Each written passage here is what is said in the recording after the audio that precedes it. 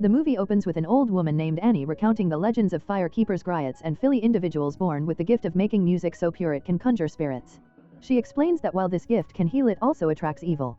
The scene then shifts to a small town church where a young man named Samuel, or Sammy, is forced by his father, a preacher, to drop his guitar in a show of abandoning sinful ways. Sammy hums a blues tune as he leaves, hinting at his continued passion for music. Sammy's daily life is a stark contrast to his musical desires. He works a physically demanding job at a mill, then returns home to a household where his father Jed is a devout man who believes Sammy's music is a distraction from God. Jed wants Sammy to help with his Sunday sermon, but Sammy is eager to leave and play his music. Jed warns him that if he keeps dancing with the devil will follow him home. A truck pulls up and Sammy's cousins Stack and Smoke, known as the Smokestack twins, arrive to take him to a new adventure. The twins, who have just returned from Chicago, reveal that they have bought the old sawmill where Sammy works. Their plan is to turn it into a juke joint for the black community. They intimidate the former owner, a white man, and warn him and his clan buddies to stay off their property. The twins' return is marked by a blend of bravado and a cynical outlook on life as they tell Sammy that Chicago is just Mississippi with tall buildings. The twins, Sammy and their friend Cornbread, begin setting up the juke joint. They need supplies and head to town. Their Smoke uses a young girl, Lisa, to keep watch on their truck while they get supplies. He negotiates a deal with her, paying her 20 cents a minute to lean on the horn if anyone gets too close. While in town, two men try to rob the twins' truck. Smoke shoots one of the men, Terry, in the ass, and they take him to a Chinese shop owner, Bo Chow, to get him patched up. Smoke also hires Bo's wife, Grace, to paint a sign for their new juke joint, Club Juke.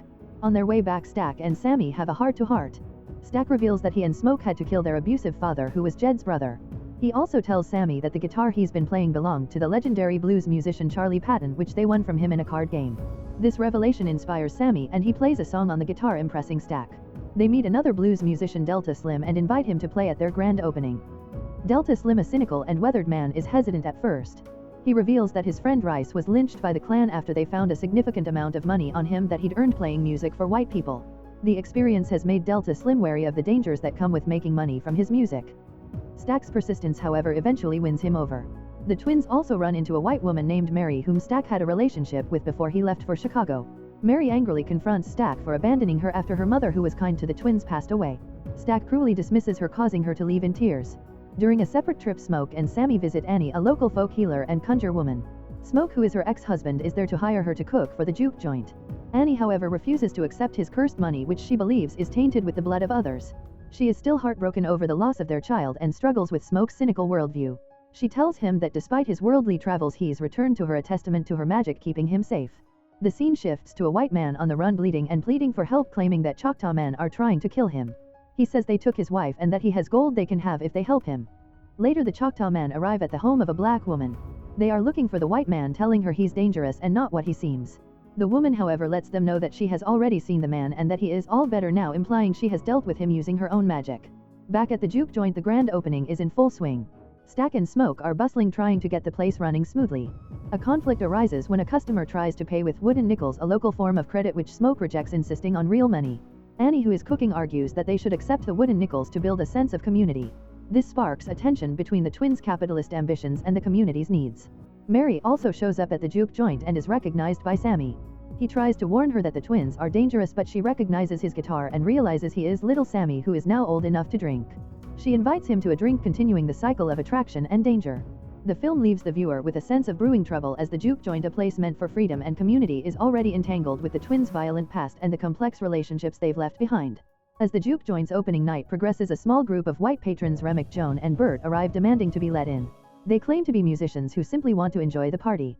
The twins, however, are wary of their presence and a potential conflict. They ask the group to leave, citing the juke joint's purpose as a space for the black community. The white patrons refuse to leave and express their displeasure at being excluded, pointing to Mary, who is white, as proof of the twins' hypocrisy. Stack explains that Mary is family. The white patrons' insistence on joining the party despite being unwelcome raises tensions. They eventually leave but state they will be walking real slow. Back inside, Sammy performs a powerful song he wrote for his father, expressing his love for the blues despite his upbringing. The performance is a magical moment, with the music bridging the past and future, connecting generations of blues musicians. It's a moment of pure, unadulterated passion for the blues, a sacred tradition passed down through generations. After the performance, Sammy and Pearline, a woman from the juke joint, share an intimate moment. Meanwhile, Stack and Mary have a heartfelt conversation. Mary, still heartbroken over Stack's departure, confronts him about his refusal to admit he loves her and his need to protect her from the dangerous life he leads.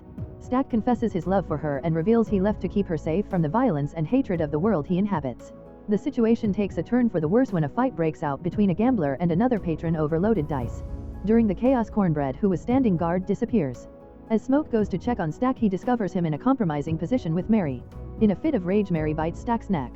He shoots her, but she runs off as if nothing happened. Mary and the other white patrons, it turns out, are vampires. Stack dies in Smoke's arms, but his body is then taken over by the vampire who bit him. Annie the Conjure Woman explains the nature of these creatures. They are not ghosts or haints, but vampires whose souls are trapped in their bodies, cursed to an immortal life of hatred. She reveals that the only way to kill them is with sunlight or a wooden stake to the heart. The group Smoke, Sammy, Annie, Grace, and Delta Slim realize they're trapped inside the juke joint with the vampires outside, including a vampiric version of Stack. The group must now band together to survive until sunrise, using whatever they can to fight off the vampires. They learn that things like garlic wood, silver, and holy water can slow them down but not kill them. They also realize Cornbread is likely dead, and the group of white patrons from earlier are the vampires who have now turned Stack. The fight for survival begins, and the group must find a way to free Stack's spirit from the curse, even if it means killing him. With a handful of survivors holed up in the juke joint, the group faces a grim reality. Delta Slim, revealing he had a previous encounter with a vampire woman, makes Sammy promise to free him if he gets bit so his spirit can find peace. A patron, Cornbread, returns and tries to get back into the juke joint but is attacked by a vampire outside. The vampire's leader, Remick, a white man, tries to persuade the group to let them in by offering a different kind of freedom and eternal life as one of them. He reveals his plan to turn them all, including Sammy, whose music he covets, into his kin. Remick also reveals the true nature of the sawmill purchase, exposing Stack's deceit and the white patrons' plan to turn the mill into a slaughterhouse for the local black community. He tells them he came to the mill to rectify the Ku Klux Klan and that the juke joint was always meant to be a killing floor. The shocking revelation is that the man who sold them the mill hogwood is the Grand Dragon of the KKK. Grace, enraged that Remick and his people plan to harm her daughter, tries to fight back but is bitten by a vampire. She opens the door, letting the vampires in. A chaotic battle ensues with the survivors fighting for their lives. During the fight, Annie and Pearline are killed and Delta Slim sacrifices himself to save Sammy. Smoke and Sammy manage to escape the building. The two hide near a river where Smoke reveals that he's a soldier and has fought vampires before. He also reveals a shocking truth: the guitar Sammy has been playing wasn't Charlie Patton's but their father's. Smoke and Sammy manage to kill Remick and some of the other vampires, but Stack, who is now a full-fledged vampire, survives. The movie flashes forward to the present day, where an older Sammy is a successful musician.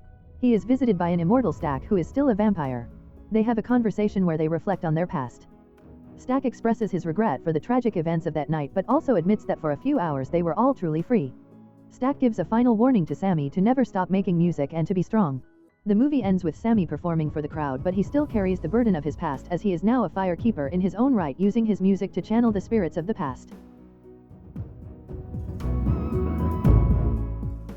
If you enjoy watching this video, then subscribe to Angel Recaps for the latest movies explanation.